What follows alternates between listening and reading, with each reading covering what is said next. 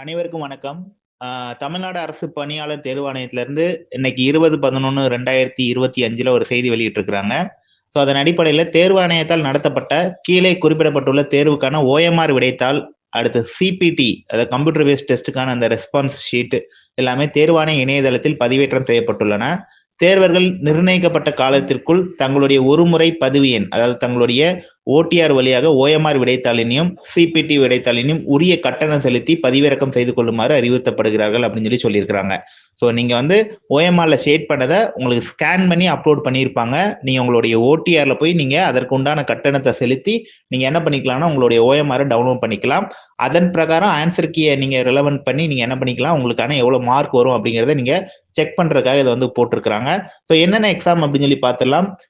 அதாவது அறிவிக்கை எண் 20/2022 அடிப்படையில தமிழ்நாடு வன சார்நிலை பணிகள் அடங்கிய வன தொழில் பழக்குனர் தொகுதி 6க்கான அந்த இது OMR வந்திருக்கு. நமக்கு CPT மெத்தடும் வந்திருக்குது.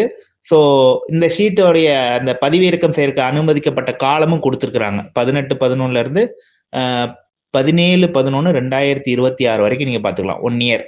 அதே மாதிரி CPTக்கான காலமும் கொடுத்துருக்குறாங்க. ஸோ அது CPT நமக்கு 1 மந்த் கிட்ட கொடுத்துருக்குறாங்க நமக்கு. அதே மாதிரி தமிழ்நாடு ஊரக வளர்ச்சி பொறியியல் சார்நிலை பணிகள் அடங்கிய ஊரக வளர்ச்சி மற்றும் ஊராட்சி துறையில் உள்ள சாலை ஆய்வாளருக்கான இது கொடுத்துருக்குறாங்க OMR ஷீட்டு. அடுத்து பாத்தீங்கன்னா நமக்கு ஒருங்கிணைந்த குடிமை பணிகள் தேர்வு குரூப் 1க்கான முதல் நிலை பிரிலிம்ஸ்க்கான OMR ஷீட் ப்ரொவைட் பண்ணியிருக்கிறாங்க. அடுத்து ஒருங்கிணைந்த குடிமை பணிகள் குரூப் 2 2A பிரிலிம்ஸ் உடைய OMR ஷீட்டும் நமக்கு ப்ரொவைட் பண்ணியிருக்கிறாங்க. சரிங்களா? ஸோ இது என்ன பண்ணுங்க, உங்களுடைய இது 2022 இந்த குரூப் 2 2022க்குள்ளது, இது 2024. ஸோ அந்த நோட்டிபிகேஷன் நம்பரை செக் பண்ணிக்கோங்க.